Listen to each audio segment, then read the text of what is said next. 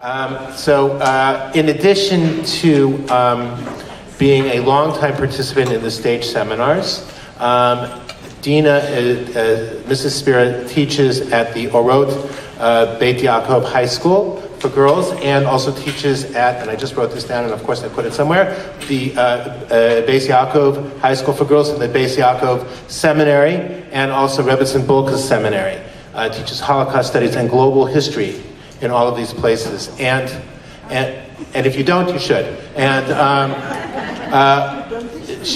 her father, Rabbi Nathaniel Newson Thumim was a participant in the Rabbi March, the Rabbi March that took place that Rafi Medov spoke about, and also that Joanna Wassman spoke about. So it's really an honor to have her speak to us today. Please give her your undivided attention.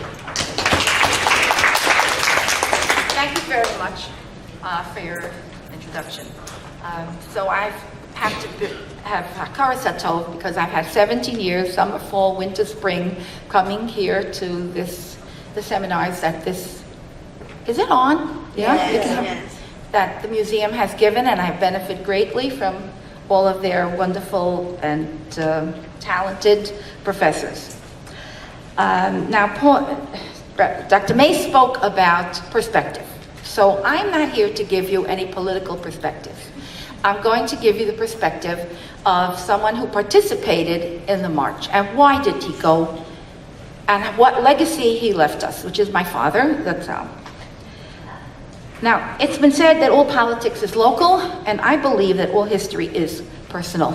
And that's why I like to have personal stories when I teach, and to illustrate each and every topic. So, even as a child, my father showed us a picture of him marching, of him at the March in Washington. It was a single picture of himself on the Capitol steps with a daily newspaper headlining the Rabbi's March. And he told us children about it. Now, Dr. Medov has said that people were always bitter about the march because they didn't think it did anything. They didn't think they achieved anything. But my father's tone when he spoke to us was always one of pride. He felt he did something. You know, last week in Pirkei Avos, for those of you who are familiar with Pirkei Avos, with the ethics of the fathers, it says, no, you see, I'm getting nervous. Lo alecha hamlacha ligmar, it is not incumbent upon you to finish the job. V'lo ata ben chorin lihibatel mimana, and you are also not free to desist from attempting the job, from starting the job. So he felt he did something. And I think that's the legacy he wanted for us. And I think that's what the legacy is I want for my students and my children. Lo sa'amod al dam re'acha. Do not stand idly by when your brother's blood is being spilt. And I get very emotional when I did this. When I prepared this, I found myself, I was going to say this at the end, I found myself weeping. I've been to Auschwitz and I didn't cry. I've been to Belzec where my husband's father was killed and I didn't cry. But when I did this, I couldn't stop crying, and I want to think about why. Why is this so much more emotional to me? And maybe someone can help me figure it out, but it is. So all right, so let's get started. In researching this project, I found that not just my father was on this march. My two grandfathers were on this march. You have here the list. I have on my PowerPoint, you want to start? I have a very poor copy of the original list typed in a regular old-fashioned typewriter, but I had circled the names, but you can find them in Dr. Medov's list. You can follow along with me. Under the A's, you have Rabbi David Amsel, my uncle, my mother's brother. You have Rabbi Yitzchak Amsel, my mother's father. You have Rabbi Aaron Yeruchim under the J's, who was my father's uncle, the son of the Altshteit Rav. And you have my grandfather, Rabbi Joseph Thumim, and my father, Rabbi Thumim. I don't know if there's anybody else here that had 5 relatives participating in this march. Yes? 5? They're all your, right? Okay. But I also have Halberstam relatives, so okay, we need a little bit of likeness here. All right, let's start. As I said, I went through the names. Now I'd like to talk about what prompted them to leave their homes 2 days before Yom Kippur and go on this march. As Rabbi Lookstein writes in his book, Where We Are Brothers Keepers, only another rabbi can understand what that means to a Rav. The march was controversial even in the Orthodox community, with some claiming it was a waste of time and others reluctant to challenge Roosevelt directly, fearing some reprisals. Yet they went. I will go into their backgrounds to give us an understanding of why they went. Now, Sam Rosenman, the president's closest advisor, he's the one that told the president not to meet with these rabbis. And I have read somewhere, although I did not read that in the diary excerpt, which was found later, that said who dissuaded the president. That they claimed these people wear funny hats and long coats and beards and have accents, and they are not the people you want to be seen with as they're not Americanized rabbis. And it's true. And it is true that they were not Americanized rabbis. The Reform rabbis were not interested in coming and not challenging Roosevelt, and they felt it would embarrass him. All right, next. You have both of them? You did both? But I already spoke about the names. So the names I circled, but it's very hard to see. All right, the first is my grandfather, Rav Yitzchak Amsel, and he had come to America in 1938. It's a very interesting story from Czechoslovakia. He was the rabbi in a small town called Budzash Ilak, which was Hungary before World War I, but was Czechoslovakia after World War I. His father passed away in, I think, 1936, and he took over his kahila in Ihel, which was a very prominent city for Jews in Hungary. But my grandfather had gone to visit Berlin in 1932. He saw a relative there, I don't know if it was his brother or his uncle. He saw Hitler speak, and he was terribly frightened. And he went to this uncle and he said, and this I heard from my mother every year, she used to talk about the story of their being saved. And he said, "How can you stay here?" And he said, "Pooh, the German people will never elect this nobody." And my grandfather answered, Kol ha'metzar liYisrael na'aseh rosh. It's a chazal. Whoever is an enemy of the Jews becomes a leader. And this uncle said, "Nah, we eat so thick the bread and butter, the pita brot." My grandfather was not satisfied. He was a Baal Mikubal. He learned Kabbalah. He wrote Svarim on Kabbalah. His father also was a person involved in it. He was called a Baal Mofes, like a Rebbe. He went to Poland. He davened at the cave of the Tosfos Yom Tov. And he saw, maybe it was a vision, of fire all over Europe. He came home and he said to my grandmother, "Ruchel, mir fuhr mekan America." We're going to America. And you know, she was the practical one with feet on the ground. She said, yeah, America nimmt den schönen Raum mit 7 Kinder. Right? America's not taking us in so fast. Now, all kinds of, I guess, hashgacha pratis happened. My grandfather was working with the bakery. Oh, hashgacha pratis means, I don't know, how do you? Divine intervention, I don't know how to explain it. Providence, right, divine providence. You want to do the next picture? It's my grandfather when he was older. This is not a good picture of him at the time. And I want to tell you, I didn't even recognize him on that picture, because I knew him this way. Now he went to the bakery one day, I guess, to put on the fire because of kashrus. And the richest balbus in the town, his name was Gross, my mother said they did survive the war, was there. And my grandfather met him and he said, "Why do you look so sad?" He said, "I have papers to America. I have a job in America. I have money." He was wealthy. "I have one child, an only child, and he has a heart murmur, and America will not take him." And he gave my grandfather the papers and the position.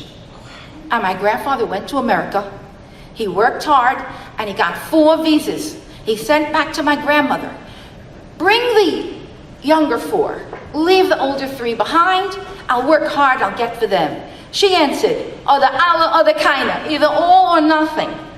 In 1938, my mother's family came to America. All 7 children. My grandfather made the boys promise they'll wear tefillin because everyone was afraid of America. He made the girls promise they'll wear shaitlach.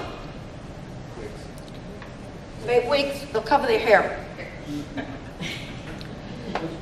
And he did it. So when you think of his background, I asked my uncles, because I never asked there's a question if he actually went on the march. My mother claimed that he and my uncle did not go. I called my uncle that's alive, my mother's younger brother, who's today 90 years old. He didn't remember, but he knew there was talk of this march. So I called my aunt, Dr. Lila Brunner of Los Angeles. If any of you know her, she's written many books for Judaic studies. And I said, do you remember? She said, I was a little girl. I was 11, 12, I don't remember. But one thing I'll tell you, every morning when I went to school, she's the only one who went to Bais Yaakov, my father used to say, Laila, de weiß nicht, me verbrennt jeden, me harget jeden Tag, und keiner tät gunish. They're killing Jews every day, they're burning them, and no one's doing anything. So you see, it was a matter of desperation. At the point we're talking about, October 43, more than 3 million Jews were already dead. It was close to 4. They didn't know that in America. But he knew. They knew they were constantly burning Jews. Next slide. The next slide is my mother's brother. You see, he's already more Americanized. He never lost that smile, even though he had a very difficult life. And he had smicha from Rav Moshe, but he became a businessman. I don't think he just didn't want to be poor. He became a diamond dealer, but he supposedly did go on. I have 2 cousins that were very close to my grandfather. They learned with him, they were Bacharim, and one said, Zayi did go. Or maybe David went, he saw him on the video, he saw him on the movie. I don't know, I can't really stop the movie to see it. And the other one said he doesn't think Zayi went. Oh, I don't know. Next is my grandfather, Rav Yosef Thumim. Rav Yosef Thumim is here. Now, how do I? Put it over, just walk over here. Okay. Now I have to thank STAJE, who writes here today. He's writing a book on the Rabbi's March, and through talking to this one and that one and the other one, I got to him, and he helped me make these pictures. He identified some of these people for me.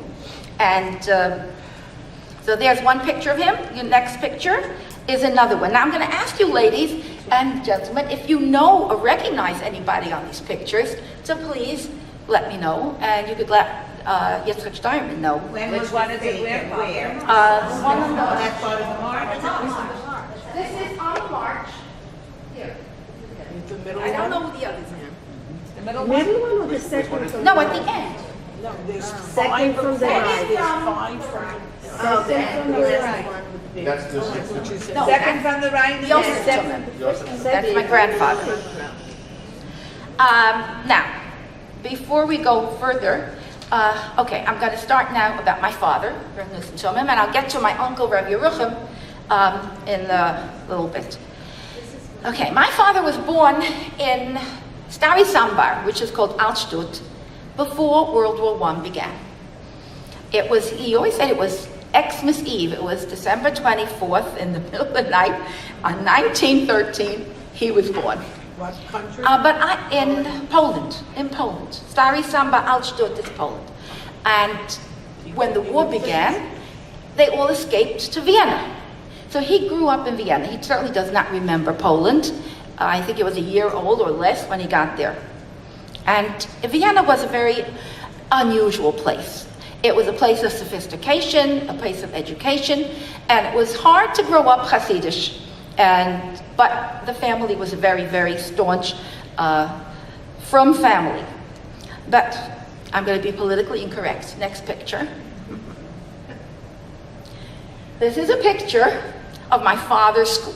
the Yiddish Schule in Vienna. And you will notice, if you can make it bigger, I don't know. You will notice there are girls and boys together. Terrible. That was the way it was. And some of those girls, my father told me, were the daughters of the Kapitschnitzer Rebbe. That's how. They went to school. My father is this one on the right. It's the tail. Highest behind. Yes. Up here, highest on the ears, a white shirt, black pants. But there are all kinds. Some do have payas, some are not. All kinds went together. After school and before school, they learned with a Rebbe. My father was the Talmud Mufak of his grandfather, the Altstädter Rav, who was one of the Gedolei HaPoskim before the war. But his Svarim, his Ksuvim were lost, and most of them were not found. There is one Sefer Birchas Chaim, which was published, but that's the only one. His writings and his books were lost in transit during the war. He couldn't get out. He went back to Poland after the Nazis took over. And there he got sick and he had pneumonia and he died in Stary Sambar and he was buried. He was brought at least to a Jewish burial. He did not go through the Nazi fires. Now, my father was in 1938, Erev Purim, the Friday night before Purim. I have a tape. I didn't bring it with me. I didn't think I would have time. I interviewed my father, and he describes how the Nazis came in to Austria, to Vienna, Friday night. And their landlady or their superintendent of the building came up and told them they crossed the border. And they were shocked. Really? Hitler came in? Because there was supposed to be a referendum, and many of you know, on Monday, March 15th, was supposed to be a referendum. The Austrians were supposed to vote Anschluss yes or Anschluss no. And there was campaigning going on for quite a while, and they had printed on the streets and on the sidewalks with presses in ink slogans for and against Hitler. Now, of course, in the Jewish neighborhood, in the Zweite Bezirk, in the second district, which was sort of a Jewish ghetto, they had been campaigning against Hitler. Now, Sunday, from Megillah, they came out of shul, and my father, like many other Jews, were forced to scrub the streets. And someone told us that he scrubbed with a toothbrush. My father said, I was lucky I got a brush, as some people had to scrub with their hands. And then he said something which I never read in a history book. Said the Nazi women with their high heels stamped on their hands to make it more painful. And he said he got away. He was lucky. He got away early. But next to him was the Kapitschnitzer Rebbe Zatzal. Rabbi Rabbi was also scrubbing the floors. He then describes, like a few weeks later, all of a sudden a march came of Nazis, soldiers, right down the Jewish main thoroughfare. And he happened to be coming from the other direction with his payas, with his hat, with his clothing. And he was so frightened because they were singing at the top of their lungs, "Wenn Judenblut von Messer spritzt, when Jewish blood from the knife will spurt, geht keinem nicht so good, it will never be so good." And he was so frightened, he ran into the nearest building, climbed up all the stairs to the roof, and hid behind the chimney. And he told me that the sound, the reverberation of those words, echoing, echoing, and echoing, put such a fear into him that even telling me the story brought it back. Now, unfortunately, my father got tired, and we stopped. He was already not feeling so well, and we never continued. I would have loved to get his talking about the march itself, but we didn't get that. But that was a good thing, because all of the laws that were put on the Germans slowly, bit by bit by bit, which they used to get used to and say, well, this will pass, and it'll go over. On the Austrian Jews, it fell overnight. Everything. And right away, he was hoping to escape. But my grandmother wasn't ready to leave because her parents were there, and she, it will go over, it's not so bad. But then she was arrested. Oh! In October, after Sukkot, they left. They had hired a smuggler to get them across the Swiss border. They went on the train, but that is when the law was passed that a J had to be on every single Jew's passport. And they told, my father said, on the train, the conductor came, took their passport, stamped it with a J, told them, you cannot go to the border, you have to get off and go back to Vienna. He understood very well where they're going. They got off the train. And my father said, you know, when is the train going back? He said, about a few hours. He said, yeah, but we're very thirsty. Do you mind? There's a tavern across the street there. Can we go and get a drink? A beer? That's, you know, Austrians drink beer. The guy let them. They went into the tavern and my father asked whether they have a telephone. He said, yes. Not everyone did. Do you have a back door? He said, yes. Can you call us a taxi to the back door? And that's what they did. They got out the back door, into the taxi, and they went to the border town where they were supposed to meet the smuggler, but they never met. The smuggler was waiting for them by the train. They never arrived on the train. At night, they took a room in an inn, and in the middle of the night, by themselves, they attempted to cross the border. It was foggy, it was cold, and they, you know, I imagine it looked like today, and my uncle went ahead. He was younger, he was like 16, and they knew, they had been told that there are two places on the Swiss side. One is a Nazi stronghold, and one is okay, they can go there. They couldn't tell. So my uncle went crawling ahead. He saw which was the Nazi place, and then he went back. But in the fog, he couldn't find them. So my father started to whistle. Often Pripitschik, Brenta Feirl. And when he whistled, and my uncle, I guess by sound, they met each other. They got across the border, and in the morning, of course, the police came to deport them. The Swiss weren't so eager to have Jews. They put that J on at the request of the Swiss government, so they would know who's a Jew and could send them back. Recha Sternbach, the heroine of Rescue, came. She either bribed the police, I don't know what she did, but they were not sent back. But they were not free either. They were sent to Dagesheim, which was a camp, a concentration camp. They were not behind barbed wire. I went back with my father 30 years ago, more than 30 years ago, and we went to Dagesheim and we saw the apartment that he lived in, but they were not free. They had to stay in that place. The Swiss wanted them to work, and my uncle said they wanted them to work on Shabbos. But my father, since he was already a Rav, I didn't say before, he had smicha at 17, he gave shiurim. He also wrote newspaper articles in the Aguda about Torah and science. My father was a self-educated but brilliant man who wrote and was always interested in science and in proving that everything is in the Gemara. Every scientific knowledge that they have can be found from the Gemara. That was his belief. So they stayed 2 years in Dagesheim, and my father's job was to give shiurim. And I actually was in Arosa one year, and I met someone there who told me he remembered my father's shiurim from those days. And he said, your father spoke a perfect German, because that's the language that he gave the shiurim in there. My uncle Rav Yerucham, had gone to America earlier. He sent papers. And then, in 1941, after 2 years in Switzerland, they were put on a sealed train. Because I asked him, how did you get from Switzerland to Spain? They were sealed with the seal of Switzerland. And they went to Spain. They got on a ship, and they came to America.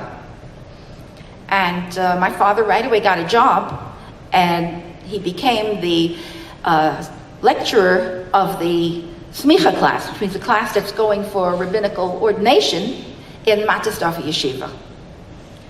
At that time, my father was in his late 20s.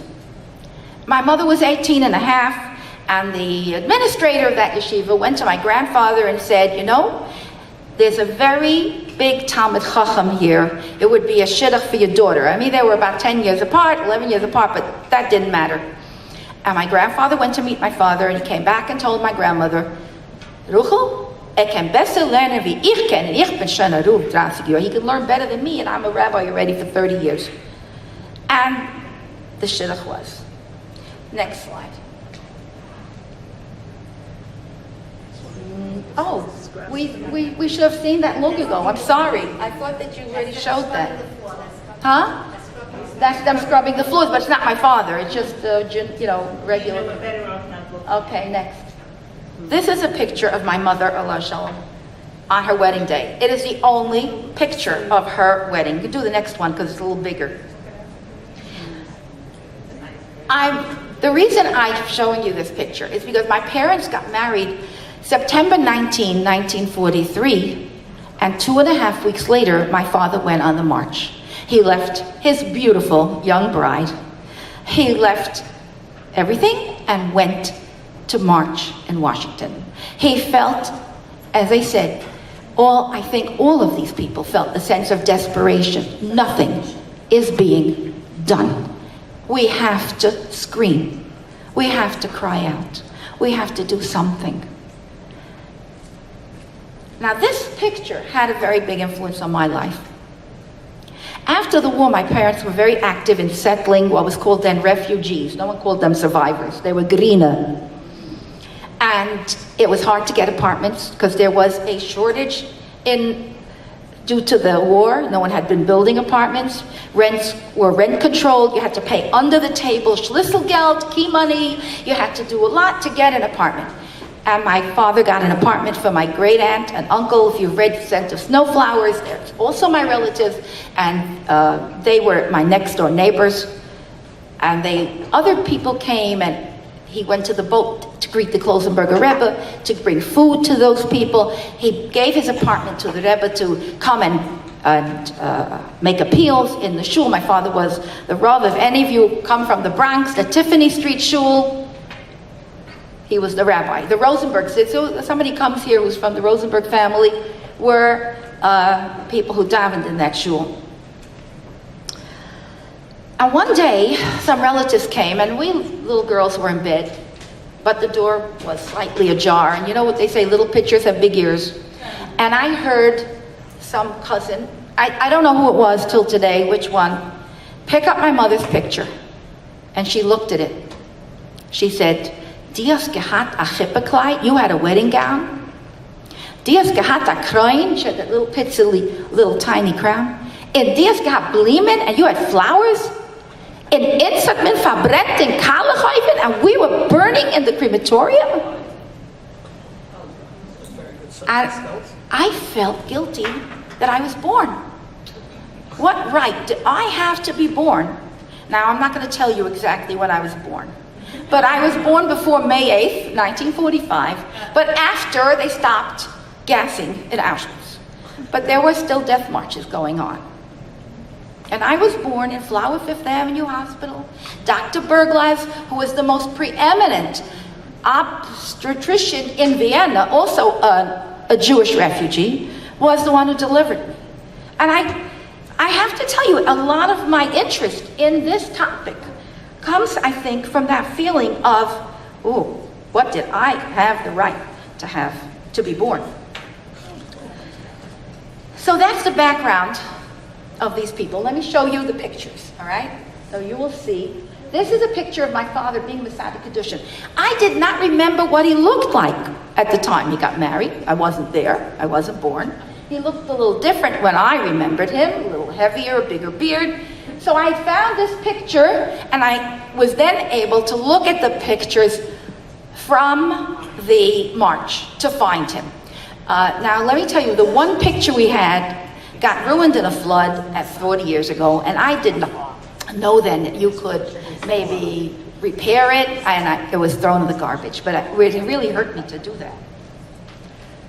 So, next. Okay, this is a picture of them coming out of the station. I think it looks like a station, the train station. Union. And I found my father over here, and my great uncle, Yerucham, over here. Now I thought, what does this look like?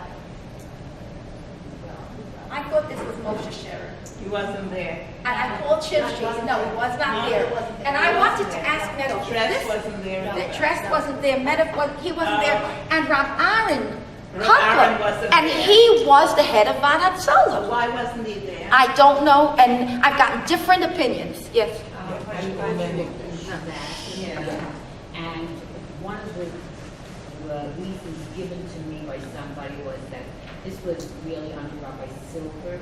I can't hear you. By This was Rabbi Eliezer under Silver. Rabbi Silver. Right. And if Rabbi Aaron would have showed up, it would have been like Rabbi taken away maybe from Rabbi Silver. So in cover for Rabbi Silver, Rabbi Aaron. But Reb Moshe came, and he's in the back somewhere. Yeah, but Rabbi Moshe was there? Yes. so that was one. Yes, of Reb Moshe Feinstein, also one of the greatest leaders of Orthodox Jewry. So, the next picture. And this is a close-up which I got from Yitzhak Steierman, in which he points to, it's a little closer, you see my father here, and you see it's bigger, it's closer up. What I see from these pictures is, who recognizes someone? What I got from the picture of them marching out was the decorum that they displayed. And the newspapers wrote that they went from the station to the Capitol singing prayers. Now, there were people who disparaged this march and said, oh, it was a public spectacle and it wasn't nice. And yet other newspapers wrote that as they walked along, people doffed their hats in respect for religious figures. They recognized that this was not, it was not a raucous demonstration. It was in keeping with the high holy days. Many of these rabbis had spent the weekend in Baltimore, and they had a fast day, and then they had come. But my father came directly from New York. He did not come with them on that. Now next, yeah. Okay, this is the video. Do you want to press the video? This is not the regular video. It's from the University of South Carolina. Where they got it from, I don't know. It is a little bit different. We don't have to show the whole thing. I just want you to see. Now, here, I am not sure which one's my father. Mr. Rabbi Steierman says one person, and I think it's another person. I brought my sisters yesterday to look. Okay. Oh, no. The video. I don't know if it's going to play. Why not? He put it on the other thing too. Which one? He separated them.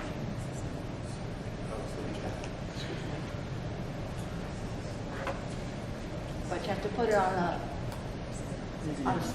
as a slide. Right. No. There is a separate video. Here, he put them over there. I don't know, one is the video, one is the march. Maybe it's the other one. Just exit. I'll make it smaller because you're going to still going to try this.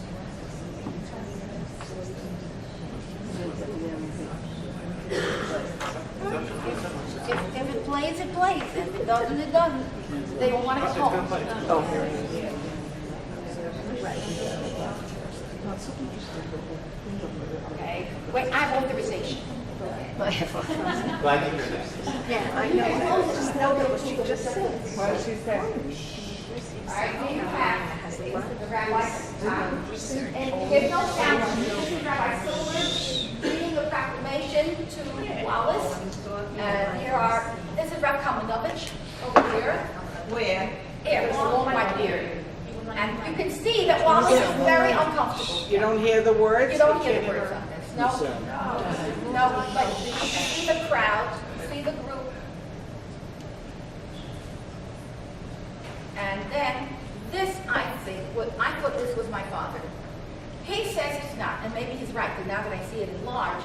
So he found my father somewhere else in this group, and I'll show you the picture, but I can't distinguish it in this big film.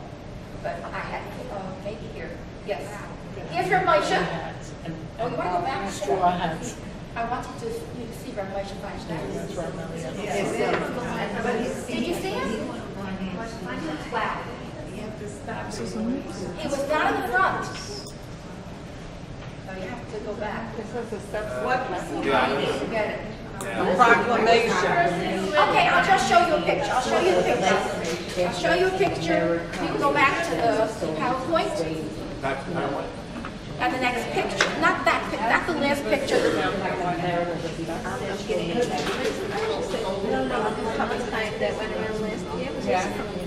Yeah. Looks like they do, they're big enough. Because I see the website was STU, at STU, in other words, it's Town Fundamental. But then did they request something after that? Okay, is this the Well, picture? you read it. Yes. Steiner says this is my father, and he may be absolutely right. Which one? And right here, this is young man with the glasses and the little beard. Which one? Right here. And this is from Moshe Feinstein. Where's the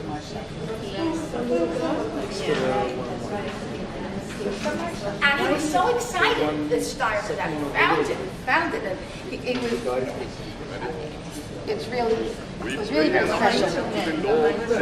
Now the next picture, Our most gracious President, Franklin Delano Roosevelt, consider and recognize this momentous hour of history and the responsibility the divine presence has laid upon him, that he may save the remnant of the people of the book, the people of Israel. And we pray that the Lord may aid us to gain complete and speedy victory on all fronts against our enemies, that we may be blessed with everlasting peace. And we shall dedicate our most solemn prayer on this coming day of atonement for the triumph of our beloved country, the United States of America. Amen. Who was that? Who was that? that was Rev. Laser Silva, or it was Zev Gold, Rabbi Zev Gold. What? It was Zev Gold? Was Zev Gold? They sent this from here. One of them was, they both spoke. I don't know, I can't see from here. That was Zev Gold? Okay. Who was that gold? He was the head of the Mizrahi. This picture I found to be the most poignant. It's the most poignant picture of all. A delegation of 4 rabbis went into the White House with Peter Bergson and tried to see the president. And they were only successful in meeting his secretary, McIntyre, who told them the president can't meet with them. And they were upset that they didn't want to leave their proclamation and read it to him. And these are rabbis outside the White House, outside the fence, waiting to hear whether they've met with the president. This is an iconic picture. It's an iconic picture. It's, to me, they look like they're in barbed wire, like they're behind. And it's heartbreaking. It is heartbreaking. They're going back to Yom Kippur. They're going back to pray for their lives, for the lives of their children, their congregations, and for all of Am Yisrael, their relatives back in Europe. And they're going back with a sense of failure. And as I said, they at least tried. And it did have, according to Medoff, it's one of the things that eventually influenced Roosevelt to establish the War Refugee Board. He realized that he may, yes, lose the Jewish vote after all. Now, I found in Were We Our Brothers' Keepers by Rabbi Lookstein, someone wrote this who obviously knows a lot about scripture and knows the Jewish words. He wrote, it's a play on the words from Chumash, when your son says, and what will happen when my son asks me tomorrow, what did you do while your brothers were being exterminated and tortured by the Nazi murderers? What will I say, and what will I be able to tell him? Shall I tell him that I lived in a generation of weaklings and cowards who were neither moved nor shocked when they heard of hundreds of thousands of their brothers being led to the slaughter hour by hour, day by day, year by year?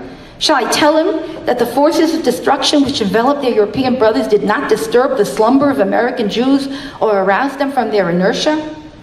And this was written by somebody named Yuda Pilch, and he wrote it in Hadoar, which I don't know what kind of magazine that was, in January 43.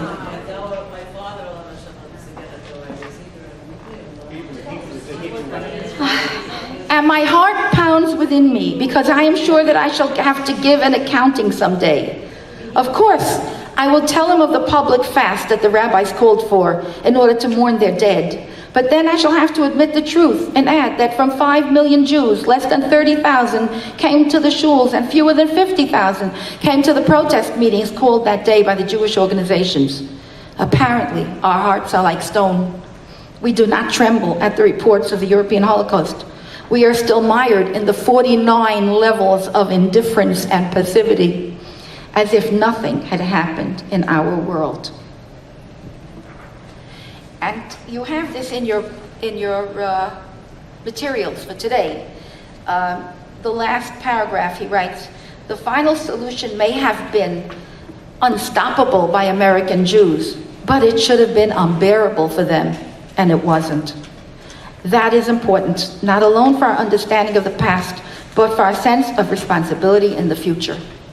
In 1953, Stalin was going to murder the Jewish doctors. And the Aguda had a meeting. I believe that it was in my in-law's home. My father-in-law, the Blujev Rebbe, Zatzal, was then head of the Aguda. And they were discussing a similar issue. Do we get up and protest? Do we make a mass meeting? And since it was before Purim, they're supposed to be killed after Purim.